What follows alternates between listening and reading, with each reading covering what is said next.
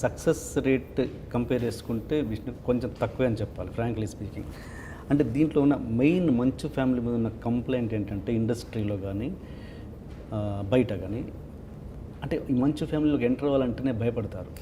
ఎందుకు భయం అంటే, నేను ఒక కొత్త డైరెక్టర్ అందులో కాంపౌండ్లోకి అడుగు పెట్టాలంటే భయపడతారు. ఎందుకంటే ఇన్వాల్వ్మెంట్ ఓవర్గా ఉంటుందనా ఏంటి? I don't know.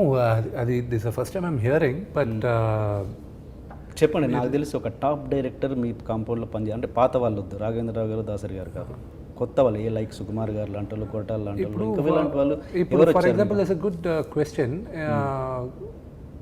ఇప్పుడు ఫర్ ఎగ్జాంపుల్ శ్రీను వైట్ల గారు బిగినింగ్ స్టేజ్ కాబట్టి, తోటి అక్కడి నుంచి సక్సెస్ వచ్చింది కాబట్టి. But if you look at it, దానికి ముందు ఆయనకి సినిమా ఆడలాగా, సూపర్ స్టార్తో సినిమా ఆడలాగా అందరు వాడు. ఈ క్వశ్చన్ మీరు శ్రీను వైట్ల గారు అన్నారు. And right next to it, let us take the case of Nageswara Reddy గారు. దాని తర్వాత వీరు పోట్ల సూపర్ హిట్స్ వచ్చాయి నాకు. దేనికైనా రెడీ, దూసుకెళ్తా. దాని తర్వాత శ్రీవాస్ చేశాడు పాండవులు 9, which was a hit. I wouldn't say అది సూపర్ హిట్ అని చెప్పను, it was a hit. So all these 3 people were there. And Dev Katta, he was a new director, we pulled it out. Of course the movie success ki failure ki పక్కన పెట్టేసాను, but their working experience. Now ఇప్పుడు చదరంగం అని నేను ఒక series చేశాను. Is a new director. What a brilliant director అతను. Is a phenomenal director. He'll be a director. మీరు చూడండి, everybody will start appreciating.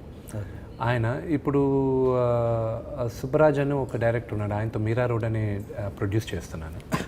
And there is ఇప్పుడు రాజ్ నరసింహన్ రైటర్ ఉన్నారు, ఆయనతో నేను సినిమా ప్రొడ్యూస్ చేస్తున్నాను.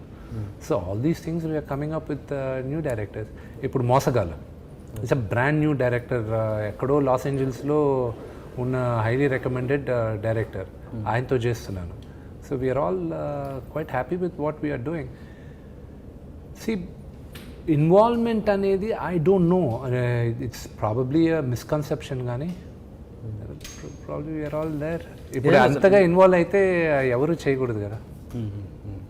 అంటే నేను టాప్ డైరెక్టర్స్ అంటే లైక్ ఆల్రెడీ సక్సెస్లు, పెద్ద సక్సెస్లు ఇచ్చిన వాళ్ళు మీరు అప్రోచ్ అవ్వడం జరుగుతుందా, లేదా వాళ్ళు మిమ్మల్ని అప్రోచ్ అవ్వడం జరుగుతుందా? వాళ్ళు ఎవరు కొన్నిసార్లు అప్పుడు ఒక ఇద్దరు మాత్రం పేర్లు చెప్పలేను, కానీ అప్రోచ్ అవ్వడం జరిగింది. కథ నచ్చక నేను బ్యాక్అవుట్ అయ్యాను. వాళ్ళు మళ్ళీ ఆ సినిమా తీసి అది ఆడకపోవడం కూడా జరిగింది మిగతా హీరోలతో. అది నేను రిక్వెస్ట్ కూడా చేసుకున్నాను, ఈ కథ కాదు వేరే కథ చేద్దాం. లేదు మాకు ఈ కథ ఫుల్ కాన్ఫిడెంట్. ప్రొడ్యూసర్తో సహా అడ్వాన్స్ తీసుకుని తిరిగి రిటర్న్ ఇచ్చిన టైంలో ఉన్నాయి. సో ఆ సినిమా ఆడకపోయేసరికి ఒక 2 months గ్యాప్ ఇచ్చి, ఏమంటే నెక్స్ట్ ఎప్పుడు చేద్దాం, ఇంకో కథ ఏదైనా ఉంటే చేద్దాం, గత అని చెప్పేసి మూవ్ అవుతూ ఉంటాం. But there are directors also which నేను షేమ్లెస్గా I been asking for the last 6-7 years. చేద్దాం, ఎవ్రీ ఇయర్ రొటీన్గా అడుగుతుంటారు, చేద్దామా అని. వాళ్ళు చేద్దాం బాబు, కొంతమందికి చేద్దాం ఇష్టం అని, కొంతమంది డిస్కషన్కి వెళ్ళి కథ నచ్చకపోగా కొంతమంది. ఇప్పుడు మోసగాళ్ళు టాపిక్ తీశారు కాబట్టి, అది అసలు ఇది ఎప్పుడు స్టార్ట్ చేశారు? అది తెలుగు సినిమానా, ఇంగ్లీష్ సినిమానా, హిందీ సినిమానా, ఎవరికి తెలియదు అసలు ఏంటి అసలు దాని డీటెయిల్స్. మోసగాళ్ళు అనేది ఒక 2 years బ్యాక్ ఒక న్యూస్ ఆర్టికల్ చేసి ఇది కథగా చేస్తే బాగుంటుందనే ఉద్దేశంతో. సో కమింగ్ బ్యాక్, ఆచార్య అమెరికా యాత్ర రిజల్ట్ రాకముందే ఏమనుకున్నానంటే, ఒక 1 year let's just take a gap, shut up first, మొత్తం మీరు ముందు రివైజ్ చేసుకోండి, దాని తర్వాత కమ్ బ్యాక్ అని ఉద్దేశంతో ఆర్టికల్ చూసిన వెంటనే LAలో నుంచి నాకు తెలిసిన రైటర్స్ని కొంతమందిని హైర్ చేసి వాళ్ళని ఇండియాకి పిలిపించి ముందు కథ రాయించాం.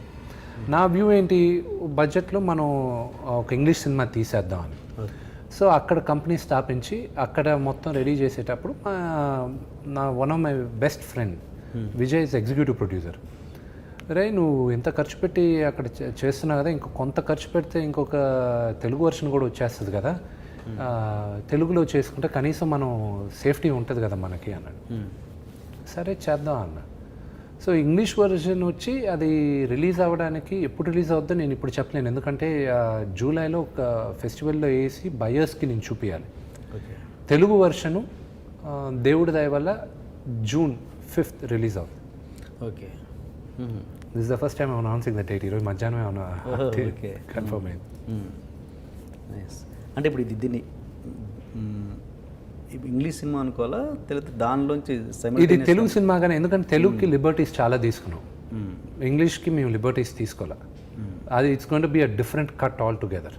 అనేది మీరు స్టార్ట్ చేయాలి అనుకున్న పాయింట్ ఇంగ్లీష్లోనే కదా, ఒరిజినల్ మూల ఐడియా ఇంగ్లీష్ మూలగా, బట్ కానీ ఆ కథ జరిగింది భారతదేశంలో, కొంత భాగం అమెరికాలో.